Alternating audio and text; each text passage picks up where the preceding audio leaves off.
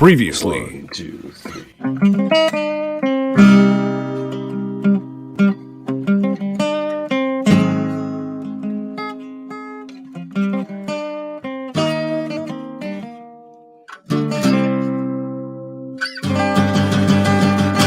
X-Rated, the X-Men Animated Review Show.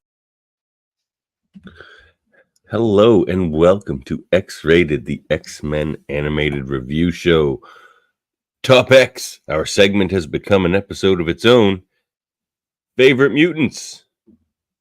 So Andre and I will each list off our top 10 favorite mutants, which Andre regretted right away because a bunch of people he wanted to pick didn't count. Because Davan brought a bunch of He said I semantics. was the draconian one, and they were his rules. I didn't say that didn't count, did I? Something like that. I said favorite mutants, and then you took it to the conclusion that it had to be naturally born mutants, and they couldn't have been That's what activated a mutants mutant are. gene, or they couldn't. No, Deadpool's not a mutant. No, he's a mutate. He was never a mutant. They made him one. So the difference to Yeah. you is that they were born mutant, and not that they were That's their mutant gene it's was not my activated later. definition. It's That's the it reason is the it word literally is your definition. It literally isn't. That's the reason mutate exists in the world of Well, that the word word exists. mutant, if in you the look it up world in of the dictionary, would probably mean something different than it does in the Marvel Universe. And the Marvel Universe in the comics, which you're referencing, and not a bunch of other worlds as well. But You lost. yes, that. Davin has a stringent code that no one understands but Davin. Hey, mutants. It's pretty simple. The X-Goons know what I'm talking about. Mutates. Sinister doesn't count. Deadpool doesn't count. Silly little things the Weapon X come up with, like Phantom X, don't count. Mm-hmm. And you're just throwing away the word silly to diminish the character I want to choose to just debase me a little more. Is that all? No, I'll debase you. Why'd you use him as the some reference? far more clever way than that. I actually like Phantom X, even though I don't understand half of it. But I can just read up on it more, maybe. But here we are, our top X mutants. Are you excited? No, I'm already. I guess we upset. should. I know you are. Came out firing. Well, let's play our little top X music. Webster's Dictionary defines the word mutant as an animal or plant that is physically different from others of the same species because of a change in its genes. Doesn't say where the change came from. Could have been later. Now go look up the Marvel Comics definitions. Well, is that the same as the movies? Who cares about those? The TV shows? The books? Yeah, definitely. Yeah. No. Yeah, even in the Origin of Sinister, he wasn't a mutant in that episode. He was just. I never picked Sinister, so I don't know why you keep bringing Sinister up. I wasn't going to pick him. Well, he's an example of, like, he was on Krakoa. So is he the one that you can use as an example? Him and Phantom? No, Deadpool. Okay, so you got 3? There's not many. Mm-hmm. Like, you don't go around making mutants every day. But they're defined. They're different enough that they won't fit the stringent recommendations of what you need. For this. Okay. Yeah, because like the thing about the mutant is it's like you said there of its species different from its species. It's like a change in that. It doesn't. Species. Yes, but it doesn't say that it had what causes that change. As long as they're genetically different. Yeah, but if you can experiment on anything, that's different than like a for Deadpool branch of a. For Deadpool it activated a dormant mutant gene, so he just didn't activate in the movie. It did, yeah. Oh, it's different. I think they wanted. Yeah, I think they wanted to make him a mutant for the movies. Yeah, which makes sense. I mean, it cleans it up a little, really. I mean, who needs? Well, it's hard to get into like all the stuff that probably came for years before it, to make it comic accurate. Well, here's our top X theme.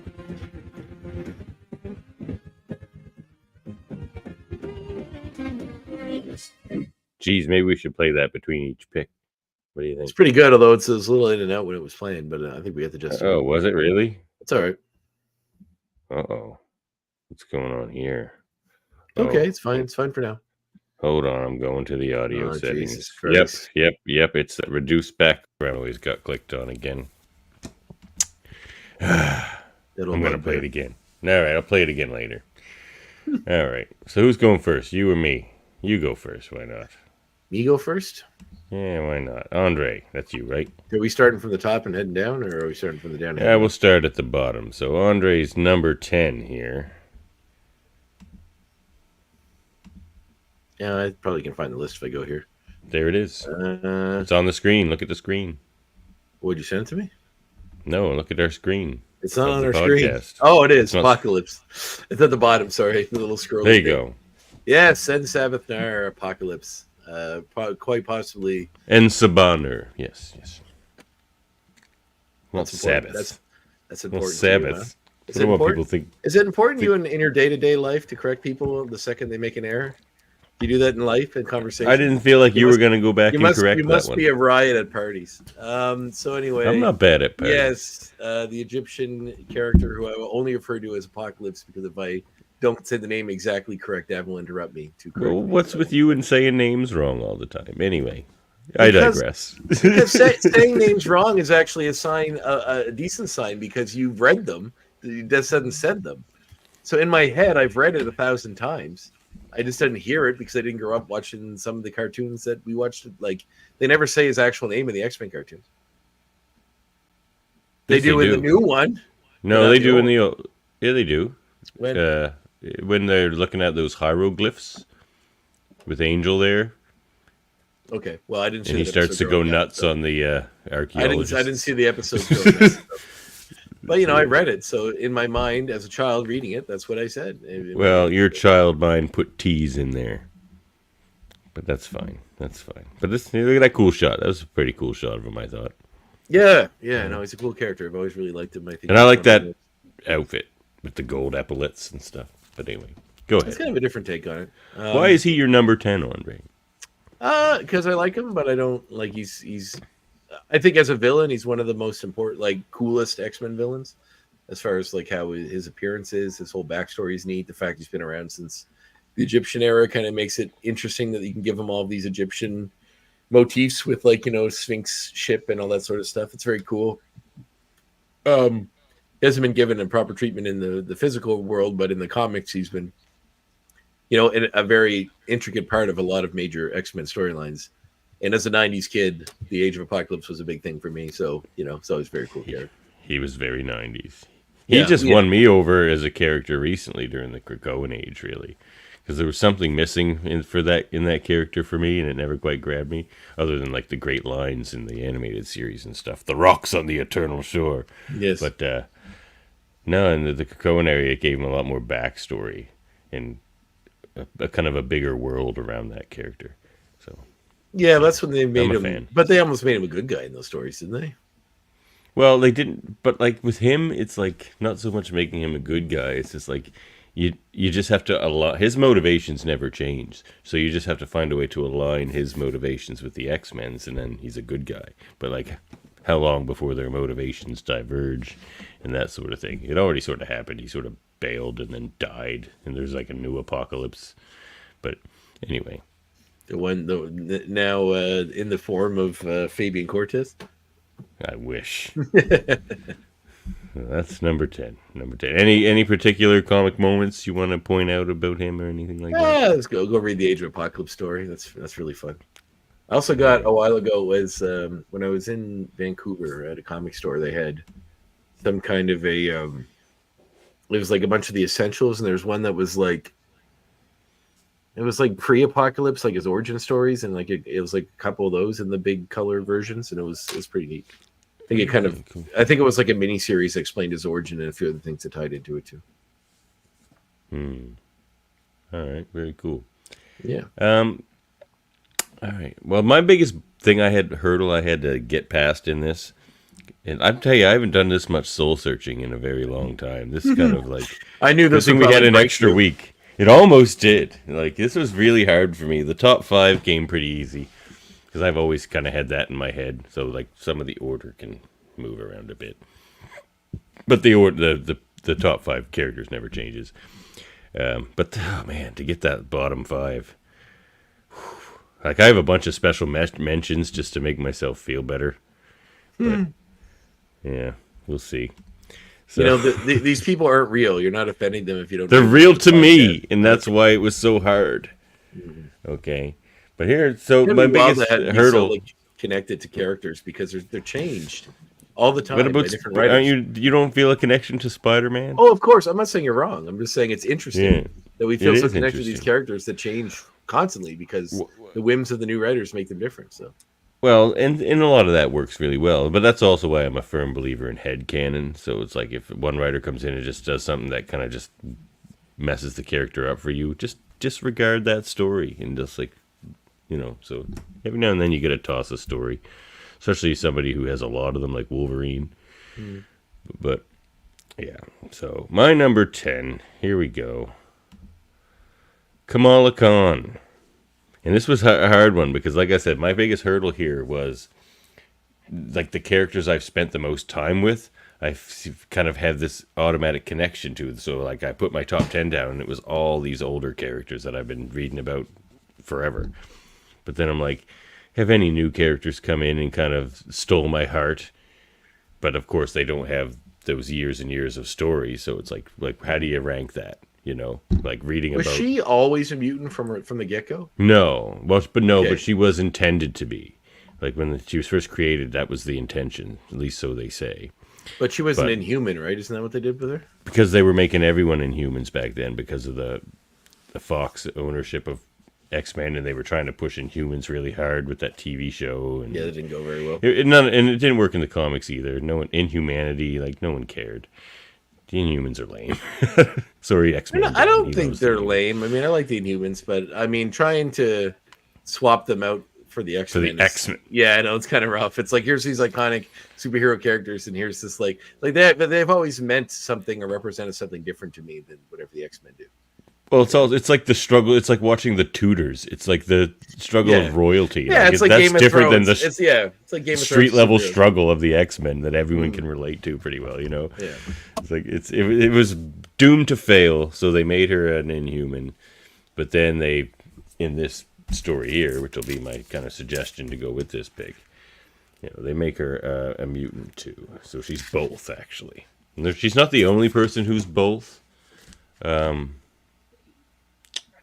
Crap, what's his name? There's another Inhuman character who's also a mutant, and I forget his name. But so she's not the only one who's both.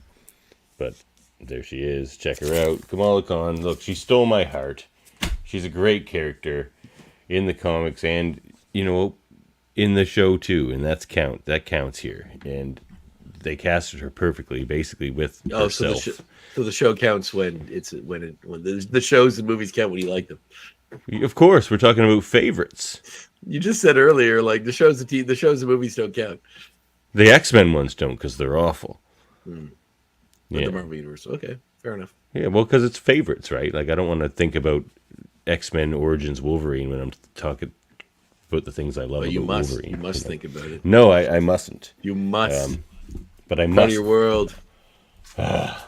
Well, it exists. So Kamala Khan, check her out.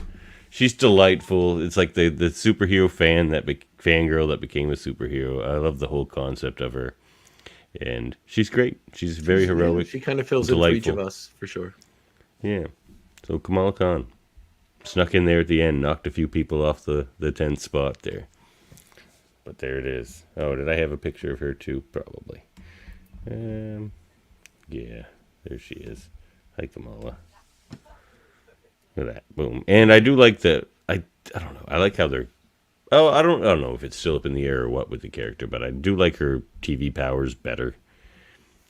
Oh, really? Kind of, yeah. Like the whole, she's just kind of like Mr. Fantastic, but like it looks weird. I don't know. For their big, like brand new unveiled character, that's kind of a weird way to go for her powers, I thought. But she was cool in the if anybody's played the Avengers game, she's sort of the character you play as getting into it. With cool. Her. And it sort of sets up the Terrigen Mists and then make her Inhuman and all that stuff in the show. But she's sort of your entry point. Like she's helping to reform the Avengers, who are all disjointed after this big horrible thing happened that they all got blamed for. So you're playing as her for a good chunk of it until you start meeting other Avengers, so you can swap them in and out. But she's fun to play as. They made her very reminiscent of the character by getting big and all that. Could you play her in that outfit though? Her X-Men outfit's that game came along before we got to that point. Yeah, fair enough. But so, Aman Vellani is delightful enough to take this spot all by herself, even without the comics, probably. And when they play the little X-Men ditty at the end of her show, I got very excited. So, back. Yeah, it hasn't come back to though. They didn't reference it in the. They didn't reference it in the Marvels movie. Marvels. No, they didn't. Because, well, I mean, why would they with the way that movie went, I guess. But, all right, Andre's number 9 pick.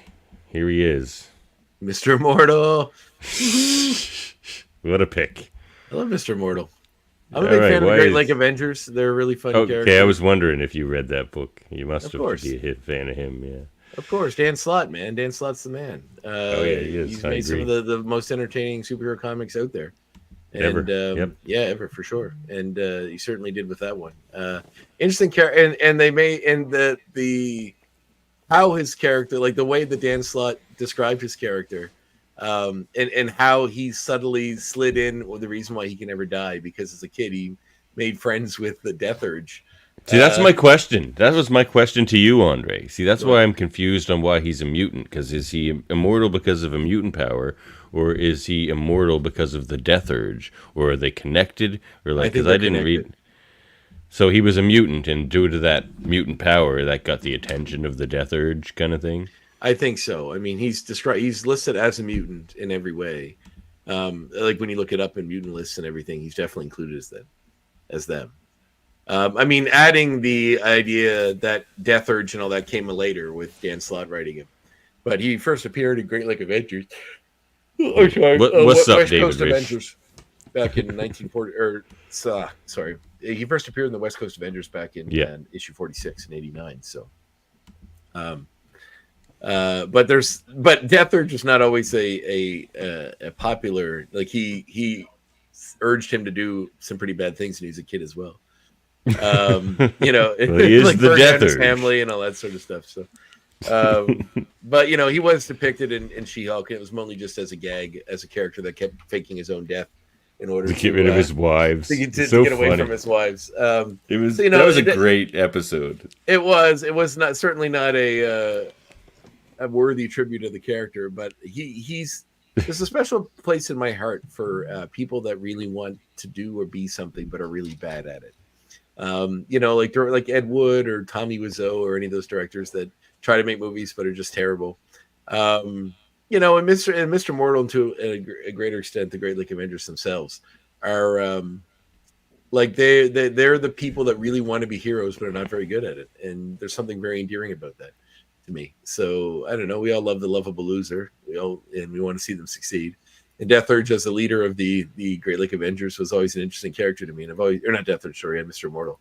And I've always thought he was really fun, and I really dug him. And I knew you were going to pick more of the bigger mutants, so I wanted to pick some of my favorites that I had to listen to my heart. The soul searching, Andre. Oh, like Mr. Immortal very much is, like, he doesn't have as big an oeuvre as the others, but he's a character that I've always thoroughly enjoyed and love seeing when he shows up. So he was certainly, none of the ones I picked were for any strategic reason besides the fact that I really liked them.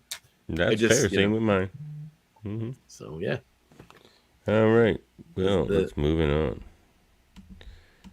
But yeah, I thought he was pretty funny in She-Hulk. Yeah, and he's pretty athletic. You see in the comics, he does a lot of flippy stuff, and it's crazy. But how is he like this underdog character when he's like immortal? Because he dies constantly. Like, he's not good at being a hero. It gets him killed, and he just will never die. But he'll lose forever. He's like the ultimate lovable loser because he can lose for eternity and just keep coming back. That is pretty great. All right, my number 9. Here we go. Anyone feeling magical? Ileana Rasputin. Yay. Magic. It's got to be. Like she could have been a little higher on the list, but this is where she ended up. She's great. I love Ileana Rasputin. Everything about that character. I mean, you sort of grew up with that character. Like these comics when she was a kid, I was a kid. And she becomes it's just such a twisted story. Like, she's this kid who gets like dragged to a demon dimension and then ends up like when did they add all that? The demons. That's in the beginning pretty well. Like, because there was this mini series way back just called Magic, I think. Is that part of like the John Byrne, David Cochran world? Was that part of that? I don't know who wrote Magic. I'd have to go back and see who wrote that story. Okay. But that's where they cover all the stuff with her as a kid and the demon Belasco and all that sort of stuff. Mm-hmm. So that's cool. So she's got this twisted story of she's just like this normal girl, and like she's the youngest of the New Mutants, but in a way she's not, because she kind of has this whole demon world thing going on of world of experience.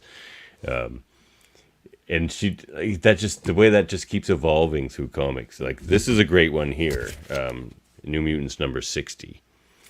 This is where the death of Doug Ramsey, all very sad, and they're all very sad about it. But the way Ileana deals with it, still the youngest of the kids at the time, is she tracks down the person who kills Doug and tries to murder him with his own gun, the one that he used to kill Doug.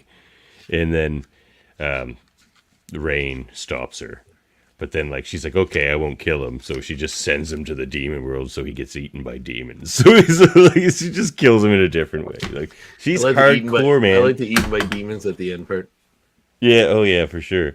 And then, like, of course, she's on Cyclops' kind of revolutionary team when he kind of splits off and he has the Red X thing going on, you know. And he's a little more hard-edged. Because she's perfect for that. Because, she's a teleporter. And even in the newer comics, she's on Cyclops' team again. But she's also your biggest, like, murderous badass. So, like, you can really just send her. She can get to wherever you need to go, and she can probably handle it herself. She's such a badass. The look's awesome. She was great in the New Mutants movie, too. I mean, bring me Anya Taylor-Joy back as the character. She was so cool. Every time she started speaking Latin, I was all for it. Ileana Rasputin. Oh my, how she's grown. It's a little creepy. I've been waiting. No, I just mean, like, what a crazy tale. Ileana. What a crazy story. Crazy character. And just a really likable character.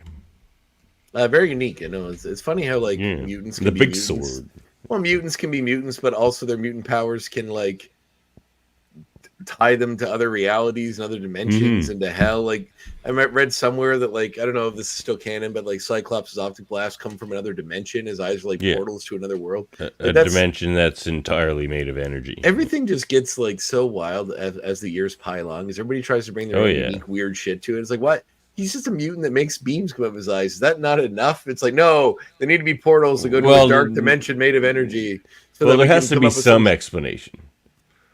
Before it was just like it was like a solar thing. No, but it's just like so much energy. You'd have to explain that. How can his body make that much energy? Like, he can produce such an insane amount of energy and endlessly. It's not like it runs out or like. How can Quicksilver, the amount of, like, to run as fast as he would not be able to put as many calories in his body. He would just use them up. He would. They've explained all that though. But not with any real answer. It's not like science would actually back it up. Well, no, but comic book science, like, you know, he has stronger tendons. Well, then why can't you just say that his body creates enough energy to make it? Well, that's fine, but just explain how, and that's more difficult to do, I think. I don't know. I think once you have flying human people with bone claws and live forever and whatever, like, you don't, like, that's enough. You can just say they're mutants. Like the sun thing sort of worked. Like, no, Stan Lee even said that when he made them. He's like, I got sick of coming up with origins for all these characters, so I just said, well, that explains it. So that's all you need. They're mutants. That's it. That's enough. They're mutants. What more do you need? They're mutants. We need stories, Andre. Yes, but you can tell those without trying to get as like, it just gets so farcical. Like, I know it's that's why headcanon. Yeah, that's why headcanon is important. Like, pick the one you like. Like, is it solar? Nah, that's too boring for me. I like the portals to other worlds thing. Yeah. So that was my number 9. Now back to Andre's number 8. The Wild Man of Borneo. So, as I mentioned before, I am a 90s child. I was born in Your list just makes that very clear. Very clear. How does Mr. Mortal fit into that? Isn't the Great Lakes Avengers in like a late 90s, early 2000s? Yeah, but I didn't come to them until Dan Slott was writing it. That's definitely what brought me to that particular party. But I mean, maybe. But Cable was an interesting character to me. Like, he had all the pouches and the things, you know, that all those 90s guys had. And just, he was cool. So many pouches. Mysterious origin, you know, the glowing eye, you know, and plus the character itself kind of left open a bunch of other versions of him that came around with Deathstrike and Nate Gray. Strife, you mean, right? Sorry, yes, Strife. Nate Gray, yeah, and those sort of Young versions. Cable, which is like that newer Young Cable, Yes, right. That stuff was cool, man. He was just such a very like mysterious character when he first came around. Plus, he kind of like brought us that cool alternative. Like, if you like the X-Men, but you wanted to like be the cool new team that was different, you had X-Force, so it was like a slightly, it was, I don't know, at that time period growing up, it just opened this new world of like, here's more X-Men that's really cool and unique in its own thing. That's kind of the cool alternative if you don't want to just be on the main X-Men team. So I don't know. Like them and X Factor both always played a big part in my as a kid. They're just very interesting and very so it was just like, here's a new team with new characters you get to learn about. And I was always very interested in that. Don't And I do forget like Excalibur. true. And the soldier, the very Terminator-esque guy from the future. Terminator. Yeah, here to stop the horrible thing that's going to happen in the future. It's a trope that's been done to death all the way back to Harlan Ellison and even with the glass hand. But it's which he sued Terminator over and won. But yeah, like it's just a trope that I've always really dug. I think visually he's a cool character, the glowing eye, the metal arm.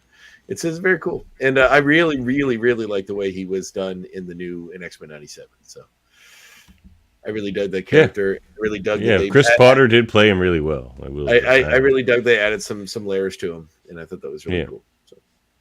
We'll all miss Lawrence Bain as Cable, but Chris Potter did do it very well. Good job. But yeah, and the whole thing, the struggle he has too with trying to fight back the techno-organic virus, that's all interesting too. Yes, 100%.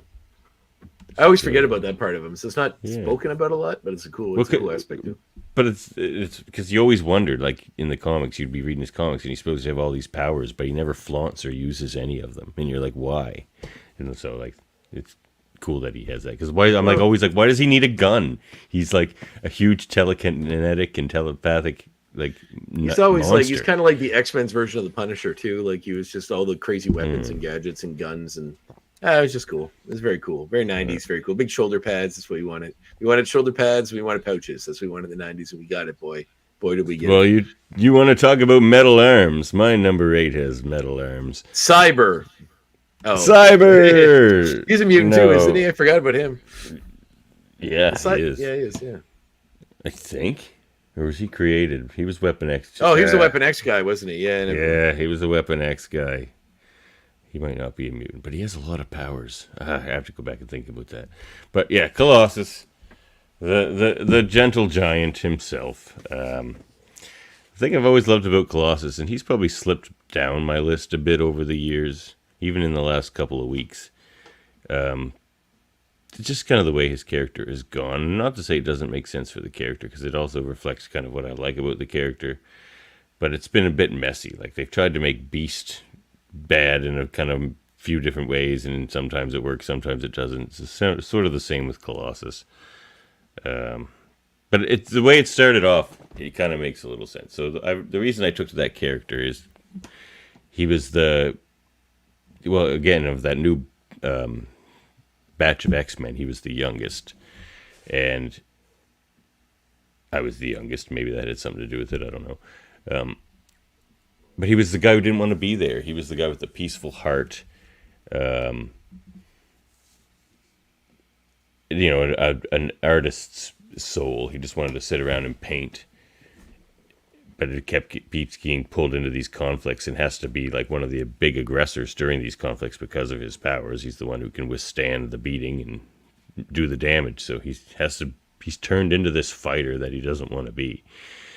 And that sort of starts to break down his psyche a bit over time. And then, of course, where do I got him? Some issues here. And then, of course, we get Astonishing X-Men. Can we just take a minute? We lost one of the greats yesterday.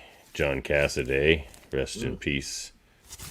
The legend. Yeah, it makes me think that maybe some of the assholes that really were like bagging on him for his art getting like really simple might eat a little bit of crow, because obviously he had something wrong with him, because he died at a fairly young age. So there's probably more to the story than just he got lazy with his art. Perhaps his condition, whatever he had, caused that. So, and maybe the good people in the comic industry were throwing him a bone by allowing him to do some of these covers, even though his skills weren't up to where they were before. So maybe the people that jump on that shit online should think first before they fucking go out and post a bunch of shit and make people feel terrible. Important lesson. I mean, these are. Oh man, when he was on the top of his game, like his. Look at this! I love this one. Look at that. Oh yeah, that entire Joss Whedon run was amazing. That was beautiful. He's one of the best X-Men artists ever. And he brought back Colossus, which is fantastic. Yeah, well, that's what I was getting to here. So yeah, he brings back Colossus, and this is where you really see the change in Colossus, because he's never really quite the same after this. Like that kind of naive, peaceful kid is gone. You know, he gets to that. Just that. I don't want to take the time to crack these open, really, but just that thing is just like, oh my god, what are you made of, metal or whatever? He's like, no, rage. I am made of rage. That's the secret. I'm always angry. Yeah, that's the secret. He's always angry. So he's always kind of just a little more angry after that, and it leads him to join X-Force and become a little more hardcore that way.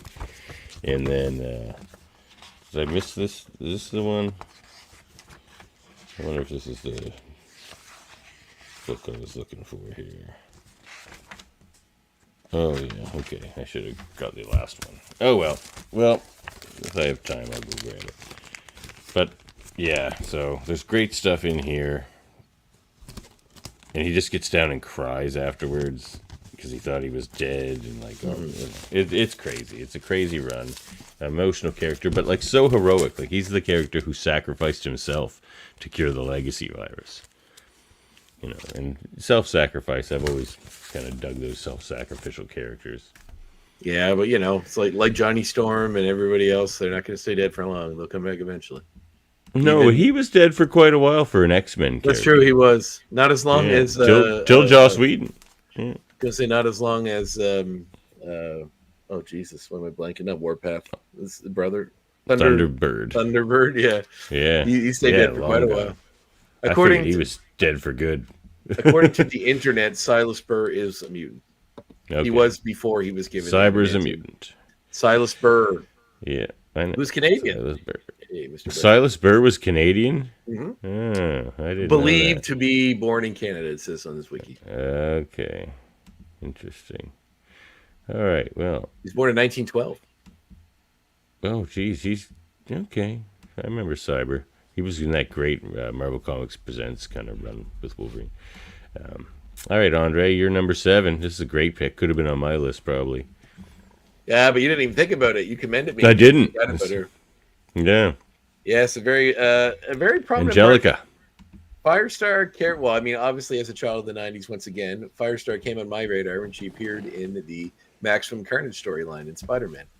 When Spider-Man had gone looking for the Human Torch because they needed fire to help against the symbiote Carnage, and couldn't find him. But eventually, it was able to track down Firestar, who has fire powers.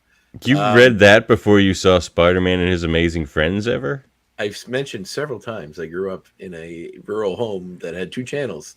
True, but you caught reruns and stuff, and they were on videos. I caught that on videotape. That's where I got those. I never saw it at a store, but it was also she carried the flag when back in the 80s as representing mutants along with Iceman on Spider-Man His Amazing Friends, which is also very cool. So I've always been a fan of that character. She's always been a cool, addition to the pantheon of mutants. And also the new Warriors were always a huge part of my my 90s upbringing as well. And Speedball. Yes. But, is he a mutant? No, I don't believe so. You would have picked Speedball. He's not a mutant. I preferred when he was Penance. Thank you very much. I'm kidding. I do. Oh, of course. But I've always liked Speedball. He's fun. But no, there's a big part of my. Once again thinking about like cool new teams, and like the 90s was full of like cool new teams and cool new heroes that you could like. They're trying to ram down your throat because they want you to like them, and they kept having them. Other heroes make cameos because they wanted to try to get people reading the new books, like Spider-Man, Ghost Rider. All those guys would show up in Darkhawk. Every other issue, Darkhawk was another guest star. They had to compete with Valiant and Wildstorm and all these comic book companies that were popping up with all these new team books. They're like, there's friggin' 40 new teams this month. Where's our new teams? But I've always been a big fan of the New Warriors. I thought Night Thrasher, Rage, all those guys were cool. So didn't work out well for the New Warriors. I think all of them have come back from the dead after the Civil War thing. Almost all of them. While. I feel like I remember the Night Thrasher series they did after it was his brother Taylor taking the role. But I don't know if they brought Dwayne back proper since or not. But I've always dug the New Warriors. And Mark Bagley did the art. I was a huge fan of him, still am. So, it's always a great time. Injustice. Another reason I love this so much too is this series, Jason Aaron, Amazing X-Men. She's a main character in that. I'll have to read that. I'm sure it's on the app, so I'll have to get that in there. Oh, well, I thought it could maybe be our next comic review, at least the first trade or whatever. Sure, yeah, I can do that. I happily reread it. I have those issues somewhere, but I probably just read it on the app so I can get it faster. It's good stuff. All right, well, my number 7. Here we are. Rogue, Anne-Marie herself. Cosplayed by Lenore Zann at the Emmys. So good. That was so good. Yeah, Rogue's real and we know her. That's right. Actually, yeah, we'll be talking to Lenore again real soon on the show, so look forward to that. But yeah, Rogue, I mean, what's there to say? She's amazing on X-Men, the animated series. I mean, she stole everyone's heart on that. She's sort of like the breakaway coolest character on that one. But, and there's a lot of cool characters on that show. But I think probably consensus leans toward Rogue on that one. But there's a lot of great comic book moments with Rogue, too. And that's the thing. And it's another character where she started on the X-Men younger, and you sort of grow up with her a bit and see the kind of leader or not that they become. But a few moments of Rogue here. There's, of course, Uncanny X-Men 236 here, where her and Wolverine are caught by the Reavers. They don't have powers. So it's interesting. And she kind of like slips into her own mind and allows like the manifestation of the Miss Marvel powers to kind of take the forefront, and they get out of it that way. So that's an interesting one, Rogue. We're kind of stretching what she can do. And then, of course, there's Uncanny X-Men 247, another great Rogue story. This one, again, self-sacrifice, a thing I really dig in characters. And this one, they're fighting the Master Mold, and they're not winning. So the only way they can beat it is by opening up the Siege Perilous and somehow firing them through. And she's strong enough to just push the thing through. But, of course, she goes with it. So, she doesn't die. But they think she's dead for a while. But still, she didn't know she wasn't going to die. Very self-sacrificial. Good stuff there. Ooh, that's a damaged copy. I guess I don't have a mint copy of this one. And another one, Uncanny X-Men 269. This one, again, she's being self-sacrificial. So it comes up in this comic where she's fighting Miss Marvel. She's fighting Carol Danvers. And it comes up that there's only enough life force to sustain one of them, because they're sharing it. And she's, again, decides she should sacrifice. It doesn't end up playing out that way, but she decides she should sacrifice herself because Carol Danvers is more worthy than her, because, she's been a hero longer and done so much good. So, again, Rogue's great, and I've meant to grab it. It's over on the table over there, but also the new Uncanny issue by Gail Simone. It's because she's sort of, they're just building a team, but she's the leader, as it would seem right now, of that team.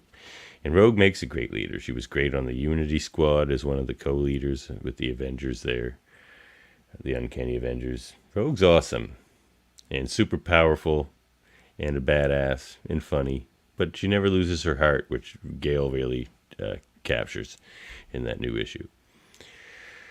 And just a quintessential X-Man, and she almost represents that struggle the best because of her powers, and so where she can't touch anybody, so she's always sort of an outsider. So even if she's accepted by other mutants, she's still that mutant outsider, sort of. So she's great that way as well. Great character, one of the all-time greats. Good choice. All right. And she makes fellas nervous as a long-tailed cat in a room full of rocking chairs. Very nice. Yeah, I One should of my have grabbed favorites. that clip. All right, Andre's number 6. Who's it gonna be? Beast. The bouncing blue beast. Yeah, I always love Beast. I mean, obviously the version, I think the best version is definitely the one from the X-Men cartoon. Yeah, But my he's favorite. been through a lot of changes over the years, so I've always really dug the character. Visually, he's always been kind of unique and cool, from this ape to his cat leg to his, from his kind of weird cat ape thing to his more ape leg to his more cat leg versions, depending on whatever you're. I know, like his cat leg version kind of changed right into Joss Whedon's run, sort of changed him a little bit there. So they, people played with, and the idea that he could go evil, and he has in alternate darker timelines and other versions. He's the smartest guy in the room, and sometimes you have to make tough decisions when it comes to that. But the version of the cartoon has always been, I'd say, the heart of the team, and I've always really dug that. He's been such a great character, and all different versions have always been very entertaining. Plus, very quote Tennyson. But again, that's the TA's.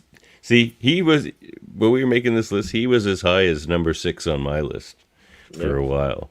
Like, I love Beast, but then I realized I was really just thinking about George Booza's Beast, because comic book Beast often bugs me. And I really dug him in Morrison's run too, but that was, I'm very biased towards the series. Yeah, but they did spend a lot of time showing how on him and his sort of struggle. So with they did. Yes. And when Beast in the comics was more like the Beast that I love from the TAS and that you love, that was more when, like, almost kind of before my time. That's when he was with the Avengers and hanging out with Wonder Man, and that's when he was more that bouncing blue Beast, happy guy kind of thing. Which I like that Beast. I like that he's the smartest guy in the room, and that, like, you don't mess with him because he's still a savage beast if he has to be. But yeah, he just kind of fell down my list the more I thought about comic book Beast. But again, I have to get headcanon-y sort of with Beast as well, because there's a lot there. But great character, I agree. Tennyson. But so he was even sticking around in my special mentions. I think Grant Morrison's version has kind of propelled him further up the list for me, because that comic and that version of it was always very influential to me. Not very influential, but it was like that story is kind of what, like, I didn't really get out of comics for when I was a teenager, but like I weren't reading that much. When I started working at a store that sold them, it was right around the time that storyline came out, and it really, like, got me way back into comics again. So that's probably part of why it's so, such a love for it. It was the Whedon run that did that for me. I was never really and completely out either, sort of the same thing, but I wasn't buying them. Not that I wasn't looking at some of my old ones or something, and then I started mail ordering that Whedon run, which I'll never do again, because they just send them to you bent and messed up. I was thinking about like that time period and all the comics I was reading, and like the 90s, and like remember when Venom had like 1,000 miniseries, and they were all like shiny covered. Sure. Lethal Protector. Lethal Protector, and there's the one where he fought Juggernaut, the Madness, the one where he made the team up with the Punisher Funeral Pyre, the one he teamed up with Wolverine Tooth and Claw, the one with, like, they're all just like this is an excuse to team up with another superhero. The plan to the symbiote storyline with the Scarlet Spider. It was fun, man. It was a good time. Lethal Protector was the first one. Separation Anxiety, the one where they made all the other symbiotes. Oh yes, separate. And they made a video game out of that one. Well, the Maximum Carnage video game was very popular, which is why I think they went on to the Separation Anxiety is better because it's 2-player. Yeah, that is better. I mean, especially since, like, Maximum Carnage, it was built for that. Be Spider-Man and Venom, it was built for 2-player, but they didn't do it. Okay, well, back to me then. Do I have anything to say more about Beast? No. I think you captured it well. All right. But Whedon also wrote a good Beast. I like the way he wrote Beast. All right, so Davan's number 6. Oh, controversial pick, maybe? I don't know. I make it very clear I like to cheer for the good guys. So on my number 6 pick, I picked the absolute worst of the bad guys. Because if I'm going to like a bad guy, I want my bad guy to be bad. I don't want any gray area. I don't want you to try to make me cheer for him. Really, Sabretooth is just awful. He's the worst, but he's so good at being the worst and so good at being terrifying. Like, you could make a horror movie in the MCU and it's just Sabretooth loose in the mansion or something. Like, Sabretooth is a horror villain. What about in Access, where they swapped his person? They reversed his personality, made him a hero. I wasn't down with that. Like, I've had canoned that out, and it kind of lingered a little bit. Well, that's what gave us the superior in the X-Force series, and he was sort of started dating like Psylocke, and I hate all of that. I've gotten rid of all that. That's gone. That's out of the head canon. No, Sabretooth's meant to be just the worst. He's the biggest, like, murderous, rapiest. Like, that's all horrible. I don't cheer for that. But the reason he's so high on my list is that Sabretooth is exciting. When Sabretooth shows up in a comic book, it's exciting. Like, you know, he doesn't even have to say anything. You just have to show Sabretooth, and you're just like, oh, shit just got real. Like, he's like cartoonishly psychotic sometimes, you know, like, you know, but he's just like, he's so crazy. Sure. He made a body part say happy birthday, you know, like, it's just, I would say Carnage is more that way. Yeah, for sure. But, you know, Sabretooth's more visceral. Sabretooth walks, but Carnage could run. Yeah, in Sabretooth, I like it better, where it's like Cletus Cassidy's just sort of like this. He's not smart. He's like this dumb guy who's insane and got they made crazy powers later.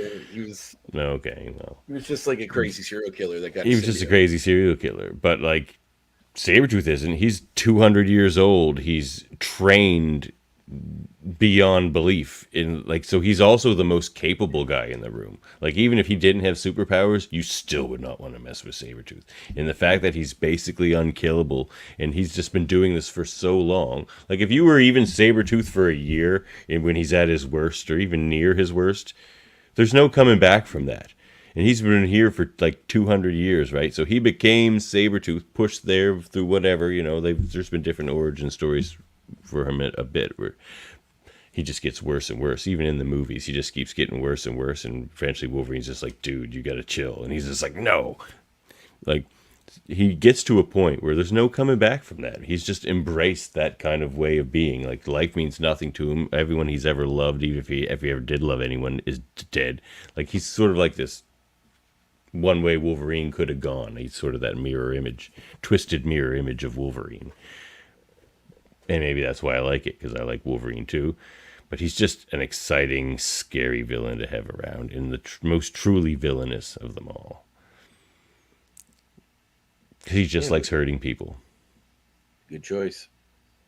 And a couple of the comics that kind of get that point across is obviously this one. This is the one that shows that how he's truly the most horrible. This is the origin of why he always tries to kill Wolverine on Wolverine's birthday.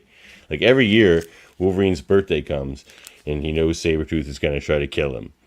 Like, that's stressful. That's a stressful birthday, and that's mean, for one thing. But, you know, this is the one where he famously kills Silver Fox and all that, right? So that, not nice. And then there's been some other great Wolverine Sabretooth scraps. This is the first time they ever fought in a comic book. This one happens chronologically beforehand, but the first time they ever fought in a comic book. Uncanny X-Men 213. It's always a good fight when they fight. You know, Wolverine number 41. This whole story with him and LCD, that's a great storyline written by Larry Hama. Mark Silvestri art, by the way. This is good stuff. This is a good fight at the end of this story, too. And look, Cable's hanging out. Oh, yeah. Because it's the 90s, and he was always, like, he was like Venom. If Venom wasn't in the comics, then Cable probably was. Fun Sabretooth. I remember as a kid, I didn't read a ton of X-Men comics, but I was sort of enamored with all these new. I used to go to this used bookstore in Indianapolis called Volume 2, and I'd grab whatever I could of like comics. And I liked horror stuff, and then they had a Marvel comic there, like old used comics, but it was from earlier in the 90s. It wasn't like too far away, and it was this old series called Darkhold that I really. Well, yeah, the Darkhold. Yeah, and there was, and I remember how in that comic, Buchanan, who was like the human FBI agent that was along for the ride, where they were investigating these Darkhold crystals, and what they were doing to regular people that would be given them by this weird little imp. in one particular episode, we run into Sabretooth, he was in the military with, and Sabretooth hated him. And I always find it very interesting. He's like a regular human trying to like stay alive when Sabretooth is targeting him in the middle of, I think it was, I'm not going to pronounce this right, but the Nistare, like whatever those demons are that like came out of the earth, NSY. Oh, One of those, Nastir? I think that might have been it, yeah. Or Chthon, maybe, or Chthon. It might have been one of those. Chthon. Nastir's only one demon. It's not like a bunch of them. Is he green? Nastir. Yeah. It might have been like the Heralds of Chthon. Kind of like a little dragony kind of face. Yeah, but there was something that's where there was like some small town and some cult, and they and the Sabretooth, like they were wrapped up in this. So right around the same time Sabretooth showed up to settle the score with Buchanan, and Sabretooth kind of got caught into it, and they had to like work together to get through it alive. It was a fun comic that I always really dug. I have the trade of the whole run of the Darkhold series, and I like to pick it up. I'd like to go back and read that, probably. Yeah, me too. I'm having an issue with my computer, so I'm not sure if I'm going to lose you or not. If not, I'll be right back.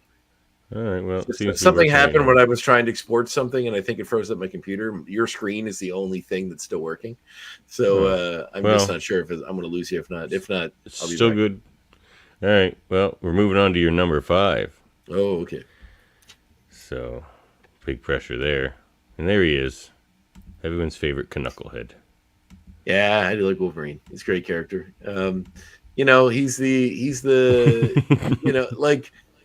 There's your Wolverine, 6'1", beautiful man. Beautiful 6 foot, beautiful like a Trumpism, like he's so beautiful. 6'2", 270 pounds, beautiful man. By the way, we're competing with the Trump Harris debate tonight. Do you think we're losing some audience? Maybe. I mean, hey, it's an important debate. Now Wolverine, I mean, it's a classic. He's Canadian. If you're like, whenever he's the cool guy, but the not too dark cool guy. He's not like the Punisher where he's ripping people to shreds. He does do that, but there are always people that really deserve it. But he's not trying to be cool, which is why I like him. Like Punisher cool is thrust upon him. Yeah. No, Punisher was never cool and shouldn't be thought of as cool. He's just a murderer. But if you think about it, Wolverine is really not that far away. Like, what's the difference between him and Wolverine besides their powers and their appearance? Like, if Wolverine kills people, bad people, pretty indiscriminately, and he's even worse because he like chops them up. I think Wolverine probably shows more moments of humanity than the Punisher does. Punisher's just turned off, basically. There's not a lot of room for nuance in his definition of law and order, but no. And Wolverine's perhaps because he falls into the mutant world, and he has his honor system and all that sort of stuff. It's different, but no, he's always been cool. He's Canadian, when you're a kid, you always root for the cool tough guy. That was always Wolverine. Raphael on the Ninja Turtles, Wolverine in the X-Men. There's always that one tough guy in the group that didn't play by the rules, but secretly loved the group and was happy to be there, but didn't want to let anyone know that. And that was Wolverine. I always thought he's a cool character. The way he was depicted, I used to read whatever comics I could pick up. A lot of the old John Byrne ones I really dug. I've always liked his version of the character. And he's always kind of malleable. You got all these fun side stories where he like teams up with Gambit against Jack the Ripper, goes to Madripoor and becomes Patch, goes and fights the Hulk and Wendigo in the woods somewhere. Like there's always cool little side stories and jaunts and tales. And he always gets wrapped up. And he's been around so long that all these backstories of him hanging out with the Howling Commandos and Captain America and the Invaders and all that stuff. It's always fun. So I remember when the Origin comic came out, it was such a big deal as we finally got Wolverine's origin story. Mm-hmm. How did that one land for you? Did you like the origin stories? I thought the inclusion of the dog character was odd. Why not just make him Sabretooth? That's what I originally thought. Like it would have made way more sense to just do that. Yeah. But and then like Jason Aaron brought him in what is this? Was it Spider-Man? Was it the Spider-Man and Wolverine when they're traveling through time storyline? They bring him to the future. So then Dog is in the modern time. Is he still around? I don't know if he's been killed by Wolverine yet, but he was around. You're right, he was around. And then like he showed up in that Wolverine Origins series. Like there was that Wolverine Origins series that came later. Oh, okay. But he was where all his like he had all these guns. He had like he was almost like a big game hunter. Like he had the big gun and everything. He was kind of like Wolverine's version of Kraven the Hunter, kind of. When they brought him to the main world. I don't know where he is. I'm trying to quickly learn where he is right now in the world. Could have been Sabretooth. You know? Yeah, I know. It just made more sense to me. Like his name's Dog, like Thomas Howlett, I guess, but it's just like, yeah. So that always kind of struck me as odd too. I've kind of softened on it, but that used to kind of bother me more. The last thing it says on his Marvel wiki is that as the Hellfire Academy was about to get destroyed by the Siege Perilous, Wolverine then told Dog to come with them, but Dog refused to help his brother and jumped through the Siege Perilous into Cade Kilgore. Well, Cade became trapped in the Siege Perilous underwater. It's unknown what happened to Dog Logan. So Cade Kilgore is a pretty funny character, actually. It's just odd to me. Like he was like a dude that grew up in like the Canadian pioneer time West, and then gets jouted to 2020 whatever 2015 I guess when that story would have came out, or I guess 2000. But has crazy guns. Yeah, and then like just really acclimates to the modern day real fast. Gets all these super high tech weapons and immediately goes after hunting Wolverine instead of like maybe sounds like Sabretooth. Exactly. Like why not? It was really odd to me. He just wasn't Sabretooth. Yeah, I agree. All right, my number 5. I'm not going to talk about Wolverine right now because I might talk about Wolverine in a bit. We'll see. All right, number 5, Scotty Slim Summers. I'm a fan. I'm a Cyclops fan. What can I say? And I think maybe there's a lot of places in the comics that I might talk about too that illustrate this well, but what illustrates it better than that very first opening fight in X-Men 97, where he's just like, of course, what is it? Definitely the good guy. He just comes in, he kicks the crap out of everybody, he's using his beams to slide across the floor. Cyclops is awesome. And then he jumps out of the plane later and stops himself with the beam. Cyclops does awesome shit all the time. And, he's a normal dude, so one bullet, you could kill him. But he doesn't care. He's at the front of the line. He fights with his X-Men. He leads from the front, sometimes the back strategically, because he's a great strategist, up there with Captain America. I'd argue possibly even better. And what else can I say about Scott Summers? Went for a ride in his character journey as well, where he was sort of the teacher's pet, and then becomes the revolutionary. But, Andre's gone. Well, let's talk. This Andre guy, everybody. No, we won't do that to him. He might be able to play this back later and see what I've said. But yeah, Scott Summers, what I gotta say, he's the leader of the X-Men. All his teams are cool. So here we're talking about. So he's best when he's leading a group of X-Men, I think. So, of course, the Joss Whedon run. I love where they're getting rid of the black leather. And I love that scene where he's just like gathering Wolverine and Beast and his team together, and he gets them back in the costumes, and they just listen to him. He's like, Wolverine doesn't want to go back in the costumes. He's like, come on, you're not gonna make us wear the costumes again. He's just like, we got to do it, man. And they do, because he's Scott Summers. And there's this other scene. Geez, what comic is it in? Was it in this run? It might have been during this one, but it might be early Krakoa too. This was a great one too, though. This is where he's become revolutionary, and he has his more hard-edged team with Magic and Magneto, and who else was on that team? Off the top of my head. Anyway, it's the Bendis run. Bendis wrote some good X-Men, and Cyclops. This is where he stepped out of the shadows of Professor X, which I think is very important to his character, because all through his run, he just keeps leaving the team. In starting X Factor or whatever else. Andre's back. Yeah, I guess that thing caught up to me. It finally just crashed. I've just been talking about Scotty Summers here. Yes. After I finished questioning your parentage and whatnot, because you weren't here. But my parentage? After all of that. Yeah, that's what you do.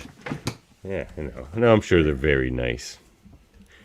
Question my parentage? Where's my... I was just talking about how Cyclops is at his best when he's just leading a group of X-Men. That's what he does best. There are some solo runs and stuff, but they just, he's a little kind of broody when he's by himself. He just needs to be leading a group of X-Men. The way he manages their powers into, maneuvers, that's always awesome. I mean, I probably shouldn't talk about him, because I might be talking about him again later. But, all right, well. But I'm glad you chose him, because he's a great character, and I've always really liked him. He's great, and I like all sides of him. Like, I'm a guy who likes it when he splits off from Xavier because he's done it many Well, we times. can just talk about it now. It'll come up Yeah, again. we can I just talk think, about but, it now. He's always been to me the guy that followed the rules as long as he could. You know what I mean? Like I liked when, and I guess it really He felt like tried. that. I felt like that in Morrison's run to me, and I know I keep referencing that, but the one that like he kept doing what was asked of him, kept being the good soldier until he got pushed too far, and then he started have to make real hard decisions that but necessarily wouldn't be most popular, but the ones that they needed at the time. And then he was sort of almost made a martyr for that, or at least vilified, especially in the AVX storyline and all that sort of stuff. But he kills Xavier in that one. Fair enough, but he didn't stay dead for very long. No, but you're right. And what was the run you were just talking about? There's a moment I wanted to talk about too, where there's Wolverine. I forget what comic this is in, but Wolverine's just. I think it's even on the grounds of Xavier's Institute, but there's no one around. There's no one in the mansion. It's long after that. Maybe it was just after it was destroyed or something. But Wolverine's there, and there's all of these gangs surrounding him that hate him. Like, there's a gang of Reavers, and they want to kill him. There's a gang from, like, Japan, like Ogun's guys or something, and they want to kill him, or the Yakuza. There's all these gangs, and they're just coming to kill Wolverine. And he's just like, well, here we go. This should be fun or whatever. And then all of a sudden, stepping out of the woods or whatever, it's Cyclops, and it's just Cyclops and Wolverine against this gang. Like, but they have this moment too where they're like, yeah, we're kind of the guys, we don't always get along, but it's just like, if there's gonna be a fight to be had, we're gonna be the guys that are there. Can you fill in something for me? I've always wondered about. Yeah. Sorry, finish that thought. Yeah, that's kind of the end of that thought, I would say. So I remember a while ago, this was like making the buzz on like the comic pages, and you were reading the comics, so you obviously know what's what. But what was the whole deal with like him and Scott like sharing Jean Grey, or they're like a throuple or something? I remember like, was that an accurate depiction of what it was, or was it something else? They don't say it in words so much, okay, but in Krakoa, there's a lot of maps and a lot of details, and during that, in those earlier Krakoa comics, where they're like showing you like the layout of people's rooms and all this sort of stuff, like where everybody lived. The Summers all live on the moon, like the whole Summers family. They live on the moon. They don't even live on Krakoa, or they have like. Maybe there's this little spot on Krakoa, but they also have this portal to the moon. I don't know. I think they're all on the moon. But either way, they show the layout of the Summers mansion, and Wolverine lives there with them too. So there's like, the Cable's there and Rachel's there and the other Summers kids, but there's Jean's room, and then there's Cyclops' room to her left, and Wolverine's room is to her room's right, and she has a door to both rooms. That's what people are getting all this on. Like, not everyone doesn't have doors to each other's rooms, but Jean has a door to Scott's room and a door to Wolverine's room. So the thought is they've just accepted it. Okay, interesting. Yeah. But it's never been explained. It was just sort of something that the fans put together. Yeah, and there's a lot of scenes of them at like the Krakoan parties. They're always like together. Like, it's always like Wolverine, Cyclops. Usually someone else too, and Jean, and they're just sharing drinks, and yeah. So, you can read between the lines. So, yeah, that's what's going on. So polygamy is another mutant power. The polyamory. Yep. Hey, good for them. Get love wherever you can. Exactly. So let's move on to Andre's number 4. A real brat, you might say. Quentin Quire. One of the coolest things to come out of Grant Morrison's run of the X-Men. Certainly became quite a standout of when he first appeared in the book, and certainly became a highlight throughout the book. He's the bratty, kind of too cool for this bullshit kid at the school who becomes a villain. Kid Omega, and basically under the as we come to find out later, under the effects of Kix, which is a drug that amplifies mutant abilities, but also under the motivation and sort of tutelage unbeknownst to him, of Magneto, who was sort of structuring things in order to get his revenge on the world for destroying Genosha. Yeah, but he'll like join the Brotherhood anyway, like in has. So he was Well, on I drugs mean, that one time, but he doesn't mind being a he dick was at the or school. whatever. That's where the Magneto was right T-shirt came from. It was Yep, he used to Choir wear it. wore it in school, obviously at Xavier's Institute, in order to offend people and rile them up, which it did. So yeah, he's a very, very cool character, very interesting, and also kind of represented modern sensibilities when it came to what kids are like nowadays, rebelling a lot at that time period anyway. And yeah, he's just a very cool addition to one to me, like him. And I mean, Phantom X was cool. He was sort of like I know I mentioned he's not a mutant, but like to me, out of what came out of that arc, the Grant Morrison run, the standouts for me were always Quentin Quire. I like Zorn. I thought visually he was very cool. I was quite disappointed when it became Magneto, and I really hated it worse later when they tried to retcon that there was another Zorn, and then Magneto. That was all dumb. It just got worse. They just headcanon all that out of there. They just wanted to make Zorn. They wanted to bring Zorn back and not without it being Magneto in disguise again. But I mean, all that stuff I thought was very cool. Alexandra Nova also being another standout, and all that sort of stuff. And Emma Frost being with Scott Summers and all that stuff they did was all very interesting. So Emma might have been his best work, really. Yeah, he really brought Emma to the forefront and made her cool too, and gave her the Whedon picked right up on that. Yeah. Yes, well, I mean, he like once again, Grant Morrison did it, and Whedon picked up on it and ran with it. Yeah. But yeah, no, Quire was always a very cool addition. It's kind of a breath of fresh air, and he's certainly been an enduring addition to the X-Men, certainly appearing in Wolverine and the X-Men and a lot of other comics. Not sure where he's at now in the broader universe, but he's on Cyclops' team on the new adjective-less X-Men book. Oh, cool. Is that the one? Who's writing that one? Is that the Jed McKay one? Yeah. All right, cool. I'll have to read that. I've heard good things. Yep. It took a little. It took a few issues. There's like 3 issues now, and it really took to issue 3 to kind of hook me. So I like where it's going. It didn't quite grab me like Uncanny did Gail Simone, and Ryan Stegman's doing the art on the adjective list too. Which I do like Stegman, but I find his art does work better on Spider-Man than X-Men. But we'll see. It's good. Everyone check it out. Everyone read all X-Men. Everyone should read every X-Men comic, as far as I'm concerned. And, you know, there was some big moments with Quentin Quire, too, where he killed the girl he loved, Sophie, one of the... Right. Oh, right, one Sophie. of the cuckoos. It was one of the cuckoos, yes. I think it was Sophie. But, yeah. So, crazy stuff. And, you know, he becomes the Phoenix for a while, Quentin Quire. He did, yeah. That's right.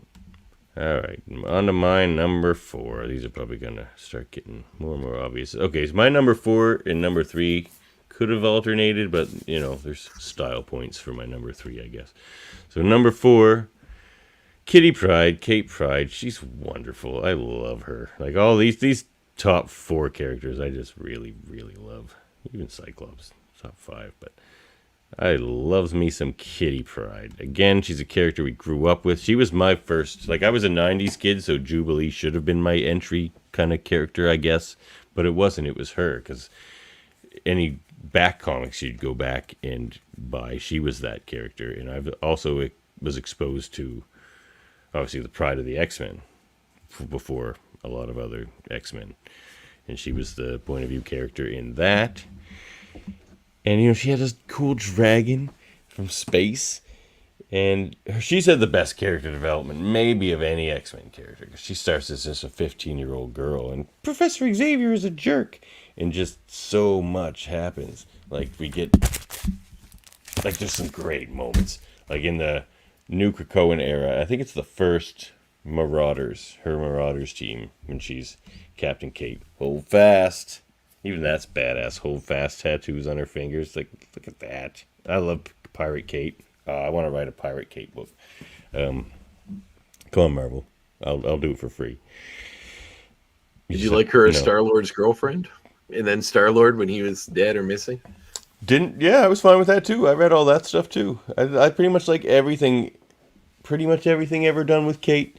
So, like, she goes off and she's like, oh, so yeah. So I was talking. I'll get just sidetracked talking about Kate. I liked how Whedon brought back Colossus, and then in this big cool way to bring back this missing X-Men character, and then shortly after when he left the book, sacrificed Kate. Didn't kill her, but made her stuck on a meteorite hurling through space. No, it was a bullet. It was a bullet. Right, it's a giant bullet. That's the Ord Breaker of I was going to talk about that. All right, Ord of the Break World, yeah. So, in that Krakoa issue, she just walks in and she just schools everybody. And it really shows, she's using her powers, but it shows how much skill she has besides that as well. And a lot of it's because of this. She hung out in Japan learning all kinds of martial arts for quite a while. In this Kitty Pryde and Wolverine series where she had to fight Ogun and all that stuff. So she, from the time she was, 15, 16, she was hanging out with Wolverine and fighting people in Japan. So she's just so experienced and so skilled to levels none of the other X-Men really are, where she just trained the entire time. She was always training and always put through the ringer and always on the missions and going through different names, Shadowcat. And then she was on Excalibur, which I loved that too. I love that book. She was on there. And again, I love the Whedon run with her was put her right where she needed to be, brought her back, and is sort of like the heir apparent to everything. They're like, we need somebody that nobody hates other than Emma, but they're like, that didn't count because everyone hates Emma. Don't worry about if she hates you. But yeah, she's the one that everybody kind of liked, but everyone respected because of her skill, and she's smart because she can teach because she's been educated as well. Kate Pryde is amazing. And then she becomes a pirate badass, and she was Star-Lord. Kate Pryde is the best. I could have picked her. She was my number 3 for a while, and my number 3 just got a little style points because I couldn't really decide between them. But I love Kate. Check it out. Kate Pryde. Kate Pryde. Kate Pryde, Kitty Pryde, whatever you want to call her. She's got a space dragon, and she's amazing. The dragon gets around. And her her relationship with Emma is hilarious. They find themselves having to work together a lot, but they hate each other so much. Because the first thing that ever happened to her was when she joined the X-Men when she was 15. So she was kidnapped by Emma. So she hates Emma. It ruined her innocence, that Emma Frost.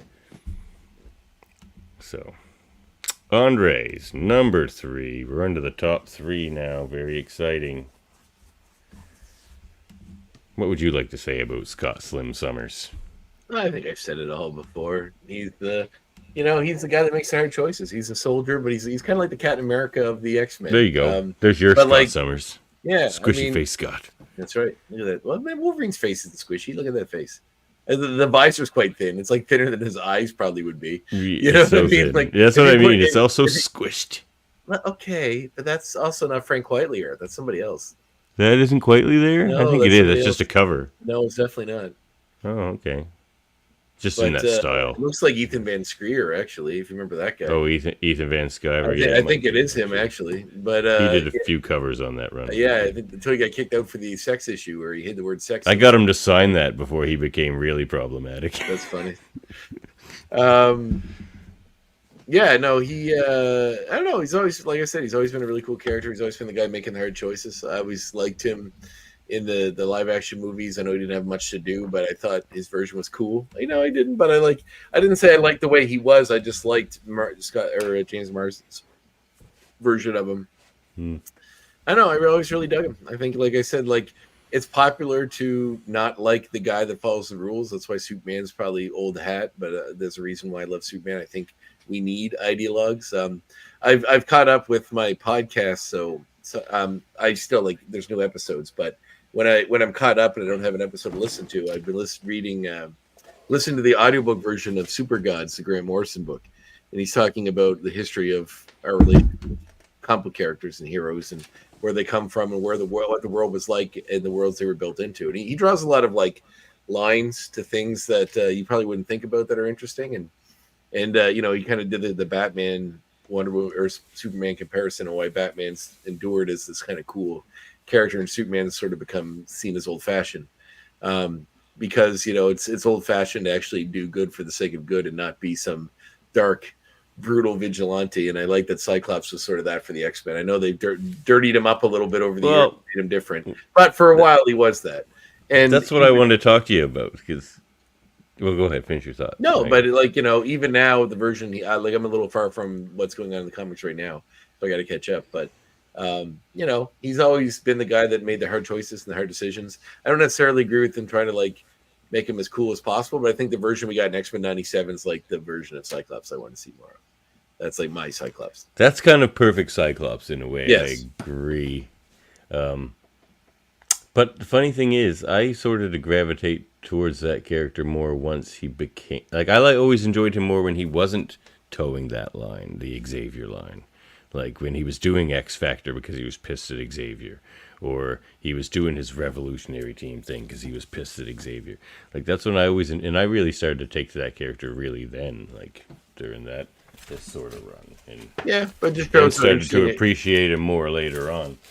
But that's what makes interesting stories is changing characters and putting them in places they weren't before and see what happens, all that sort of stuff. So he's sort of been irrevocably, you know what I'm saying? Irrevocably? Yes. All right. Now we're even. Changed. Now we're even for you. Now we're even. All right. Now the reader gets to actually give you the real words that you can pronounce correctly. God. All right. Yes. Exactly. So he's never going to go back to that Boy Scout if he ever truly was. Probably not, unless they do some big company-wide reboot again. So now the kind of status quo with Cyclops generally is he always has a little team around him, but he never really leads the X-Men proper anymore because he's alienated too many of them. So if Cyclops is leading the team, there's people who just want to stay away. There are mutants that just don't really want a part of it. Because he's just led them all into the fire so many times. Not always his fault, of course, but you're the leader, you get the blame. And he can be hardcore at times. But yeah, great pick, great character, 100%. All right, my number 3, the style points. Maybe the best design of all the characters we talked about here today. Nightcrawler. I love Nightcrawler. He didn't make my cut, but he's great. He's so good, man. I could have easily picked character. He just looks so cool. I even love the little Bamfs. They're cute. I love everything to do with Nightcrawler because he's so fun. And he just looks so cool. And it's all just so... he's such a weird mishmash because his look doesn't really match his personality. But it does over time. Now you look at him and you just see this kind of jovial, You see, they released something recently where it was the style guide or whatever that they release internally, when you're drawing characters, and somebody shared the one for Nightcrawler, and it was this part of his face always has to be in shadow, no matter what, and that sort of thing. It was neat. Yeah, the Cockrum design always had that. Yeah, and people there are different. Some people really hype up the shadow, and some kind of tone it down. This one's sort of midway in between. It'd be weird. Sometimes it goes all the way down to his eyes, there's no blue there. Ed Cockrum always grew it that way. Ed McGuinness draws him the best. Yeah, isn't this Ed McGuinness here? Yeah, there's amazing. That's the cover of that amazing. I love this run. Yeah, that's McGuinness. You know who else drives a hell of a Nightcrawler? Friend of the show, David Cutler. Yeah, he really does. He really does. He has a great love for that character. So you can tell by the draw. I even told him as such. Get that David Cutler book, X-Men book, Marvel. Jeez, I'm waiting for that book. So Nightcrawler, he's just a beautiful character. I'm not religious by any means, but I've always been interested in religions. I read about a lot of them, and I just try to take anything interesting from them if I find anything interesting. So I understand that aspect of that character, and I kind of enjoy that aspect of that character as well. And just the conflict there, but he doesn't have this. They don't play that up. There's really more conflict between non-violence and having to do what you have to do with Colossus than him. He's a swashbuckler. He likes a good fight. A Nightcrawler is not this kind of stereotypical character. he's a very complex character in his. Yeah, he's a demon that's religious. He looks like a demon, but he's religious. His but likes dad to was a demon. swashbuckle. He swashbuckles. So He got his sword.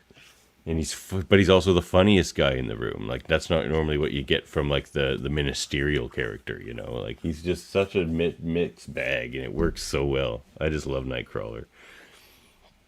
Like this team is so good, and this amazing X-Men team. It's Wolverine, Firestar, Storm, Nightcrawler, Beast, and Northstar. Like, what do you want? That's a great team. That's a great comic. Everyone, we're gonna have to review some amazing X-Men at some point. Not next week. We're taking the week off. Andre's going to the film festival. I mean, I'm not 100% sure I'm doing that yet. That's why I told you that, you know. Oh, well, maybe we do. If we do a show next week, we should just review Amazing X-Men. So maybe that's up on the cards. Who knows? We'll see. Maybe we'll have a show next week. But after that, we're going to have a little fun debate show. X-Men debate show. Going to transcribe my Star Trek debate show into an X-Men one. Me and Andre and Jameel will go at it. And then we're going to kick off the old X-Men evolution. Finally. So look forward to that, everybody. Okay. So Nightcrawler, what else do I got to say? This is a great comic. This is a fun one. Lights, camera, murder. I really want the X-Men 97 cartoon to bring in Arcade. I guess he's kind of close to Mojo. And this is an Arcade comic. I know, that's why I thought of that. Yeah. I guess Mojo's kind of close, but they're different. Mojo's doesn't care if he's gonna murder you. He just wants good ratings. Arcade wants to murder you. That's why you're there. Fair enough, but like, I mean, it's all about these elaborate games and stuff, right? That's sort of So it's similar-ish, but I think you can find a way to make them interesting. Oh, and it would work great on 97. Yeah, 100%. And another Nightcrawler, like I've been saying, this amazing X-Men run, check that out. It's got the search for Nightcrawler. It's got beautiful moments, like the moment I mentioned before with him and Wolverine, where Wolverine's dead and he's in heaven or whatever, where Nightcrawler is. He's just like, where am I, Kurt? And he's just like, I can't tell you, because if I tell you, you won't want to leave. And there's just like, there's this great stuff. He's a very thoughtful character. And there's even in the Krakoan era where they have to like, they're building Sentinels up by a sun, and Wolverine and Nightcrawler there, and they're talking. And you don't know what they're gonna do, but then eventually they're just like, "Are you ready for this?" And he's just like, "There's no one I'd want to do something like this with than you." And they're like having a big friend moment and all this stuff. And then they teleport outside and like burn to a crisp, and Wolverine's just slashing the shit out of the like. Anyway, it's crazy. Nightcrawler's again self-sacrificial. He's come back from the dead more than once. The Bamfs are a weird little backstory. The whole Azazel thing was kind of stupid. Like, no one cares about Azazel. But, you know, the Mystique reveal was always interesting. That Mystique was his mother, because that revealed her age. Like, then you realize how old she is. But yeah, Azazel, who cares? But it's cool that he does. The only thing that came from the Azazel thing is that whole little kind of demon world where, like, the Bamfs are and stuff. And the Bamfs can be cute. They can be fun. Although they've been around longer than Azazel, actually. The Bamfs were in that old Nightcrawler run. So I guess I didn't grab an issue of it. But still. Nightcrawler. What else do you want? He's great. Voiced by friend of the show, A. Duff. That's right. You know. He's pretty great. Yep. And he's back, and he was so good in 97. He's a bit smaller, and he's more happy and fun. The Nightcrawler we got in 97 was great. Need more of that. So hopefully he's a main part of the team in season 2. Or somehow. Is he dead? Did he die in... She might have died in Genosha on 97. I don't know if we got a... Ooh, Nightcrawler? Nightcrawler. No. Do we see him after that? Oh, yeah. What are you talking about? Do you ever... Like, at the end, remember, they fight... He gets the swords, and he's fighting... Oh, never mind. Yeah, that's so good. He does the funeral for all the people. You're right. Okay, yeah, no, he's 100% there right to the end. I think... Yeah. I think him and Wolverine are together wherever they wound up after all the stuff happened when the asteroid exploded. That'll be fun. I can't wait. Yeah, go back. I can't believe I forgot that. Look, I have a bad memory. But go check out that scene too. That's a great Nightcrawler moment with the swords.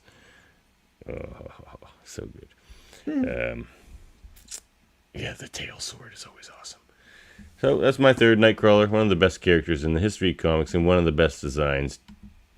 Dave Cockrum designed a lot of X-Men characters, but that was his best one. And Andre's number 2. Here we go. Because Andre likes dicks. And this is where Andre starts to show you how much he likes dicks.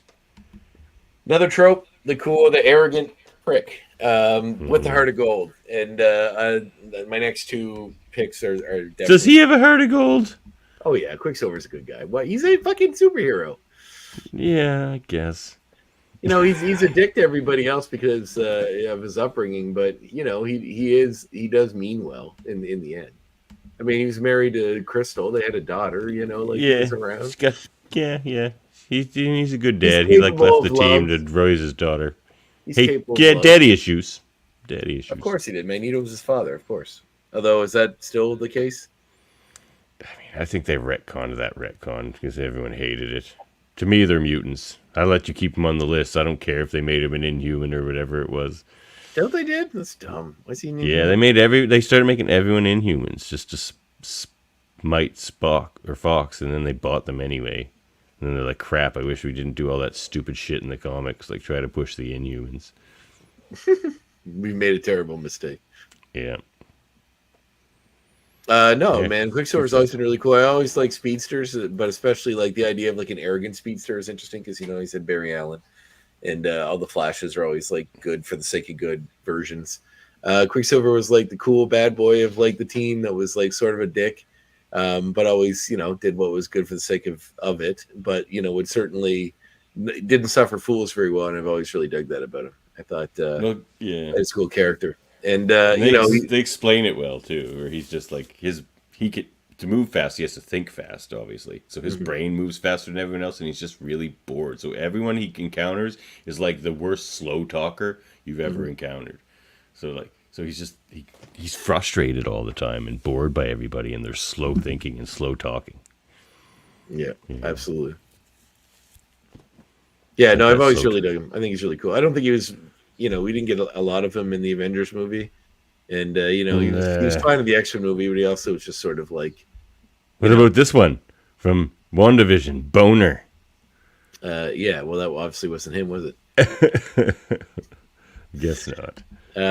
But no, he's, you know, that version of the character was interesting, the Aaron Taylor Johnson version. I'd like to see him come back so we can get more Quicksilver, but, you know, do what you got to do in that world. But I dig it, man. I always dug him. I always thought he was really fun, and I always like the you know, there's always the kind of, you like on any team you kind of need that character.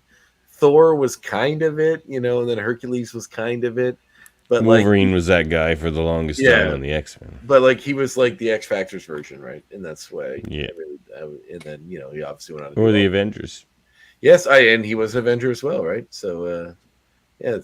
Which he's one of my favorite Avengers and X-Men. So, an X character, I guess. So, yeah, always love Quicksilver. Do you like Quicksilver? Has he ever been in your? Yeah. I mean, I probably liked him the most during the early X Factor stuff. So there was some cool. I forget the name of the story, but there was a really cool Quicksilver story in the later Peter David X Factor run. Mm-hmm. God, I forget. Like when it was like Madrox's team. I forget the name of that story, but it was a very cool Quicksilver story. Yeah, I do like Quicksilver. I mean, I didn't really read much of him on the Avengers, mostly just the X Factor stuff. And whenever it would cross over, like he would be with Crystal and the Inhumans, and they would come, like, you know, he showed up in a lot of crossovers and stuff too. But yeah, he's, you know, I'm not as big on the arrogant pricks as you are. But I like that they're there. I like that they're there, but I wouldn't rank them as high on my list. But I'm glad they're there. I don't love him in real life, but I do like him in fiction. No, he's funny. For him, it just makes so much sense, and I do like how the Evan Peters portrayal probably portrayed it the best with his like impatience, where he's always just like, "Come on, man! Do you like know karate? Do you know Karate Man? Hey, do you know karate?" Like he's just waiting for you to answer him, and like, but he's like so rushing through it. He doesn't give you a shot to answer. So, yeah, Quicksilver's cool. Probably my favorite speedster. I think I could say. Yeah. Oh, really? Well, that's good. I'll take that. Yeah. Unless you count people that fly really fast, that might throw a little. Like guy like Rogue. Rogue can fly really fast, but not super fast. All right, my number 2. We've talked about him. The old Knucklehead. For most of my life, at least as a kid, he would have been my number 1. I was a big Wolverine guy, like for all the reasons you said. He was Canadian. He's cool. He like did what he wanted to do. He's built for young children, especially maybe males. I don't know, maybe not, but to like every 14 to 12-year-old boy or whatever, 12 to 14. I should do it that way, I suppose, or even younger, 10 to 14. Loved Wolverine, and it's pretty easy to see why. And I didn't really pull out any big Wolverine issues because he's everywhere. I mean, read any great X-Men story, he's one of the coolest bits in it, oftentimes. Whether it's the Phoenix Saga and he's doing that thing where he's in the sewers, he's just like, now it's my turn. And he does that whole kind of cowboy bit where he's just like, you got to ask yourself, can I shoot Wolverine before he turns me into shish kebab? And like that whole thing. Just like, well, do you feel lucky, bub? Yeah. Wolverine's just really cool. And a lot of nice stuff about Wolverine, other than all the team-ups. Like, there's a lot of the Rogue issues I talked about were Wolverine team-ups. The Kitty stuff was Wolverine team-ups. Like, a lot of other characters' best stuff is with Wolverine. Oftentimes. Jubilee's another one. So Wolverine is kind of like the straw that stirs the drink a lot of the time. Even though he's best when he's not, I find, when he's not the main focus. Like, even on a lot of those team-ups, like, Rogue's a little more the focus than Wolverine, or Kitty's a little more the focus than Wolverine. I think it does work better that way. Because Wolverine solo books aren't always the best. Like, there's as many bad Wolverine solo comics as there is good ones, and they may be outnumbered. I mean, a great Wolverine run is awesome. Like Larry Hama and Jason Aaron wrote some great Wolverine. And others. But there's a lot of bad ones too.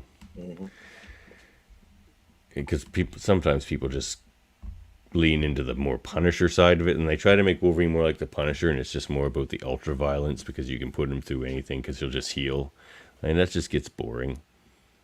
Like the old Wolverine comics, like the ones written by Claremont, and even for Hama for a lot of it, they weren't super action packed, to be honest with you. Like, he tries to, it was more about the world and that he lived in the grime, and shows, and the restraint that he would show a lot of the times.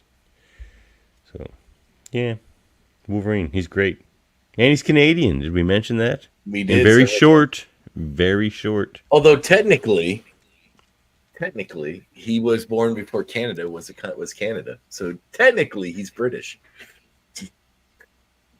Not to ruin that for you, but okay, I know what you're saying, but you're only half correct. Why is that? Because as a history buff myself, it wasn't officially Canada, but the people who lived in those lands, like that were living in Alberta, they didn't call themselves British.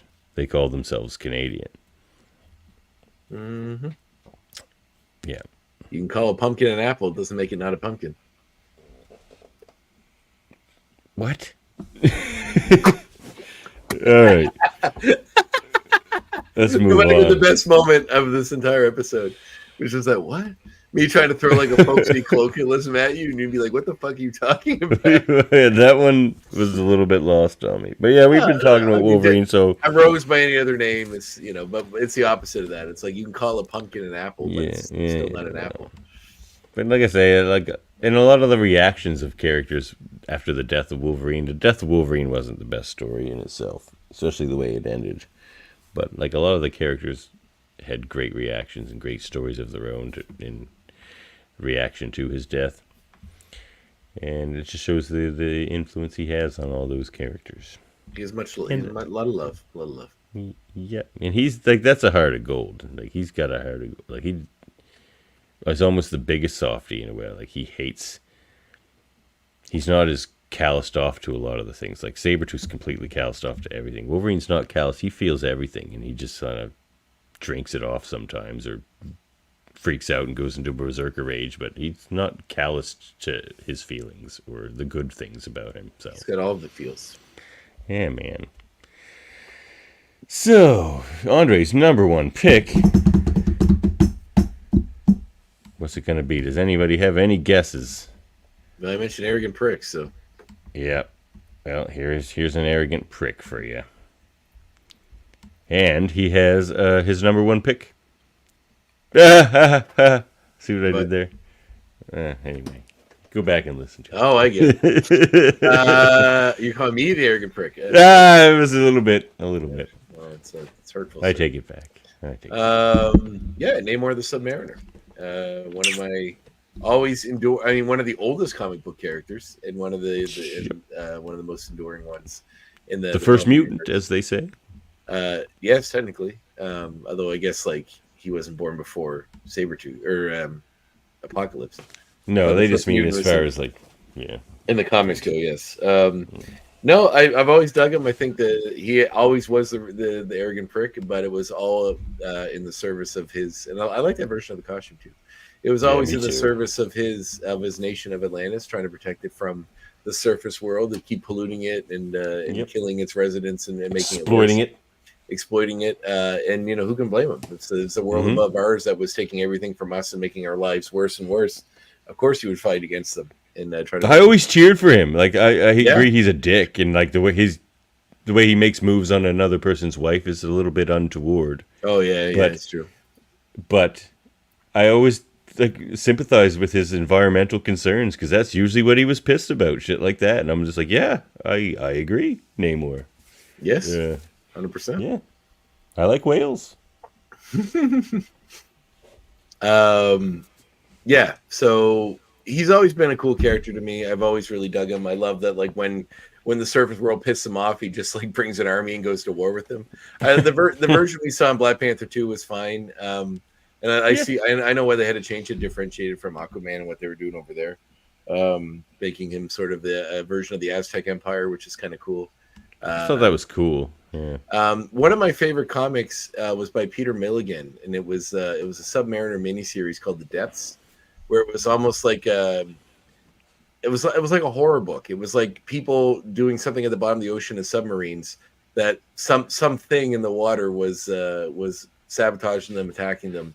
They didn't know what it was, and you never really see it until eventually it's Namor. And they really play it like a horror book the way it's done, and it's super good. I'm pretty sure Peter Milligan did it, and it's one of those books you may not have checked out when it came out, but you should, because it was a really cool, neat sort of sub story about like 1950s nuclear science, deep sea quest to prove the existence of Atlantis, and then this thing. So it's like a period piece.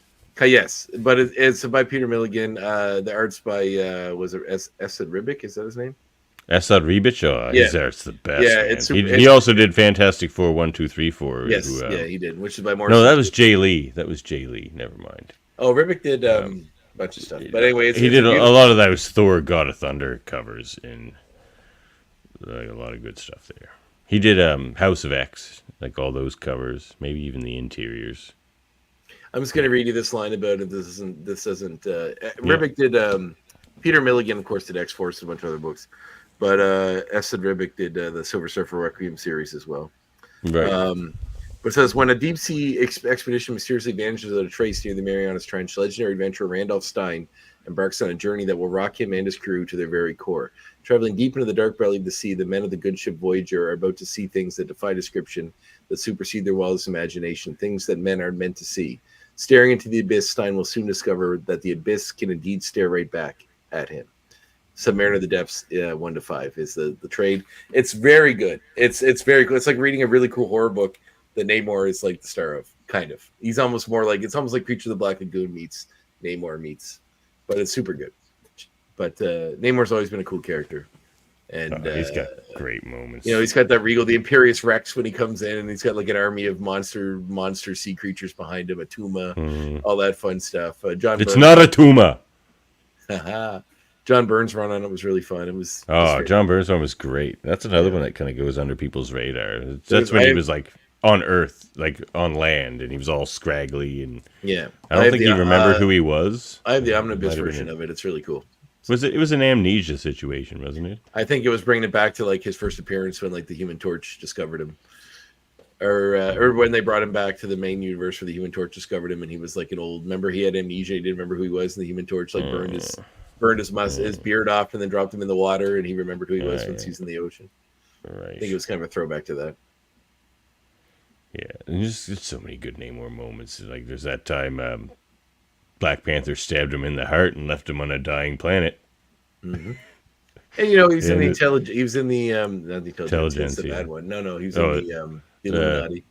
Yeah, and like he's just such a he is an arrogant prick, but it's he fights for his people, and who can blame him? Yeah, like there's a great moment at the very first like Krakoa issue where because he's reaching out to all mutants to come live there, and he goes to Namor, and he's just like, I don't want to go to your island. I have the entire ocean, and your concerns are beneath me. I don't care about the plight of mutants. I don't care about any of your horse shit. Like, I joined the X-Men for a little while because I thought Emma was hot, but that's it. Like, she's the closest thing to Sue Storm as I could get at the time. Yeah, exactly. That's what he was thinking. So, that's, him on the X-Men was always a little weird, but I didn't hate it because I liked that run. It was an interesting kind of change of the status quo for him and the X-Men, really. Namor, interesting pick. And I like the whole Talocan thing in the movies. Like, I get why they did it. But to me, it just opened up this whole new culture of history and stuff to, like, steal from for the comics and stuff, too. If they ever go that way in the comics, which I don't think they will. But, like, the Atlantis thing has kind of been done to death. I like seeing a different twist on it. All right, my number one pick. It's not gonna. Yeah, any guesses? I know it. Listeners at home. Yeah. I was gonna, I don't know. It's probably the most obvious pick of this whole thing. Storm. Aurora Monroe. She's the best. Would it be great if you didn't do it? Like if you didn't do Storm, it'd be so funny. You did this whole thing and didn't. Rachel Summers. She never came up once. It's Dupe. My favorite number one X-Man is Dupe. I'm not even sure as a mutant. I don't know what Dupe is, but he's a weird. Glob Herman, number one. Glob Herman. Or Chamber. It's Storm. She's the best. What can I say? Go watch X-Men 97. They get her right in there finally. She's so good. Give him the forecast. Let them thunder, for I am lightning. Mm-hmm. Yeah. Oh man, it's all so good. And the opening fight scene with her and Bishop fighting like Executioner and his goons, that's great stuff. And of course, the life death. Storm is the best. There's a lot of reasons Storm is the best character, not just of the X-Men, but the best. Right up there with Spider-Man. And there's a lot of reasons. Look, we've got this one here. We've got X-Men 201, where she fights Cyclops for leadership of the team. He's blasting her with shit. She doesn't even have any powers, and she beats his ass. Because she doesn't need powers. She's the most powerful of the X-Men, but she's one of the most formidable X-Men even without powers. She's amazing. And then I love this Death of Wolverine one with her, just because I've talked about it before, but it shows like the restraint that she has to have all the time. This is, I think, maybe the best illustration of that, where she's so stricken with grief and rage at the death of Wolverine, that beast that literally has to fly her off the planet so she doesn't destroy the planet. So that's intense. And then this one, maybe I'll crack this one open. Like it's showing, but she's whimsical. Like always loved her room in the mansion where she just has the loft. It has all the windows. That's where I would stay, and it's just filled with plants. That's what my place would look like. So I've always related to Storm. And she runs around naked up there all the time. Who needs clothes? You know what I'm saying? This is just what my skin naturally looks like. These are my tattoos, But Storm. What else can I say? Oh yeah, I was gonna crack this issue open. So this is the first issue of the Greg Pak run, which is a fun Storm run, where there's this tsunami coming, and she just stops the whole tsunami. It's amazingly badass. Look at that. She's calling up tornadoes and whirlpools and whatever she has to stop this tsunami from destroying a village. It's so good. And she's, it is a great... and she's like laughing during the whole Always thing. a cool character. I've always liked her as well. I mean, I think the version of her in X-Men Apocalypse is probably the best version ever. I'm just kidding. No, so like such a cool character. I love as a kid I had like these books that were like little sort of introduction to different X-Men characters through stories designed for children. And I remember hers kind of delved into her being like a little thief or whatever, and not a thief, but like living on the streets in Africa, yeah, and then like getting found by, I think it was like mini stories about how each X-Men's origin stories were from the comics, but like done in a digestible. But I remember it being like a novel. She was stealing for Shadow King. Shadow King's the original Xavier with child soldiers. But I vaguely remember something that I brought up on here before that you guys told me wasn't a thing, but about Beast, how Beast turned blue. Yeah. In the comics originally. That it was like an experiment from some, or he experimented on himself. I feel like there's some guy named Tower that was involved, or Tower. I don't remember, but there was some guy named. I thought there was a guy named Tower. And it was blonde hair and wore like a purple outfit. Yeah, there's something to do with him was connected to it, wasn't he? I feel like maybe it was just the version that I was reading the book, but that character I think was on Mystique's. What was her squad called? Freedom Force. I think he was on Freedom Force. That Tower character. Could be wrong. I think we're thinking of the same character. Kind of long blonde hair, purple outfit. Yes, it is him. But yeah. I remember being somehow he was included in Beast, or maybe he was just mentioned in the storyline because he kidnapped Beast. Like if you look up his history, it says that Tower was hired by Dr. Carl Maddox to kidnap Beast for him, and maybe that tied into the story somehow. But I don't remember. Just it could be because he turned himself gray first. I don't remember that either. But he was Gray Beast. Yeah. But I remember the Storm one and the Beast one I always really liked, as far as those stories about their origins. And Storm in the new comics is finally getting her due, just like on TV, she's finally getting her due. Like she was the Queen of Mars, and she's just unstoppable. Like she goes and has lunch with Doom, and even he's impressed. Like he's just like he's playing it up. He's just like, I realize I'm having dinner with a queen right now. Like he knows what's up. That's awesome. Oh, yeah. She's the shit, man. Storm's where it's at. Best character in comics. Go read it. That's why she keeps getting solo books now, too. Proper thing.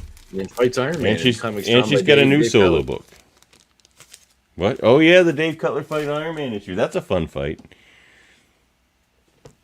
It ends in the way every comic ends between two heroes fighting. I know.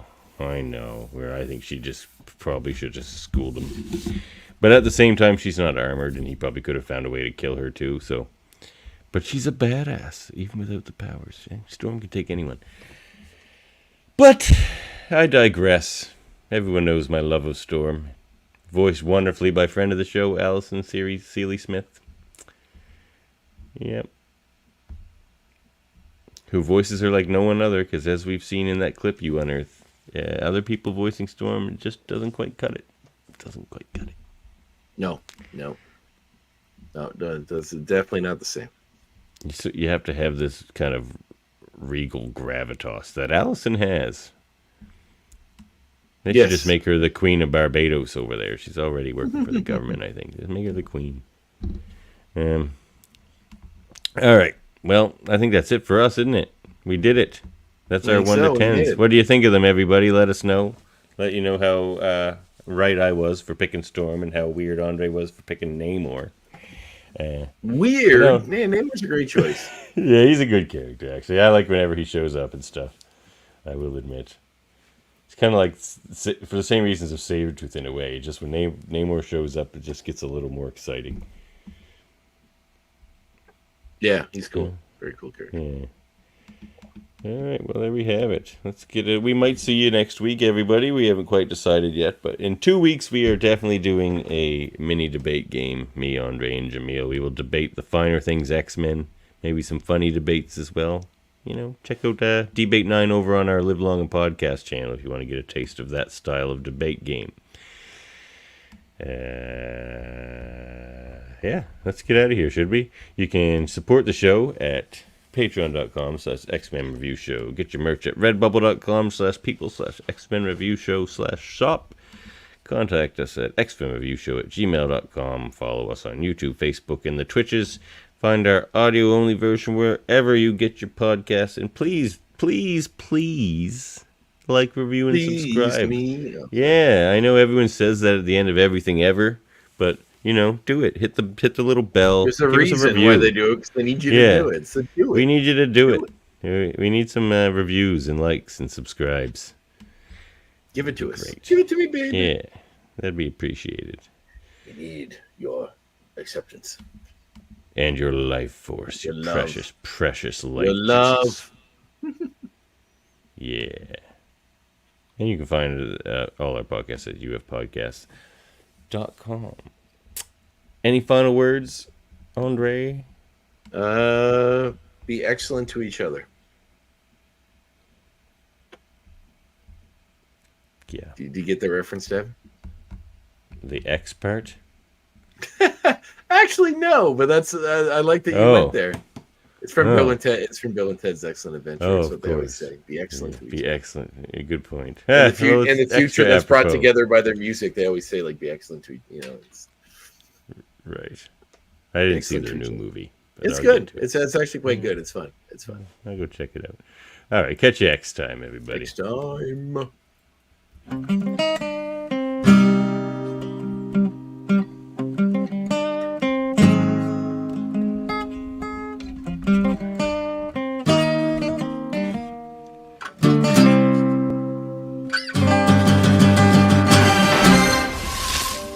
Beam up some Star Trek content with Live Long and Podcast. Tune in to X-Rated, the X-Men animated review show. Artistic interviews with graphic histories. A roundtable movie discussion with Hey, did you see this one? And movie reviews with Hold Up, a movie podcast. And while you're at it, spin a few records with Eamon on Track. Watch us duke it out on trivial debates. And let's chat about TV with the Super Mater Brothers. It's all here on the United Federation of Podcasts.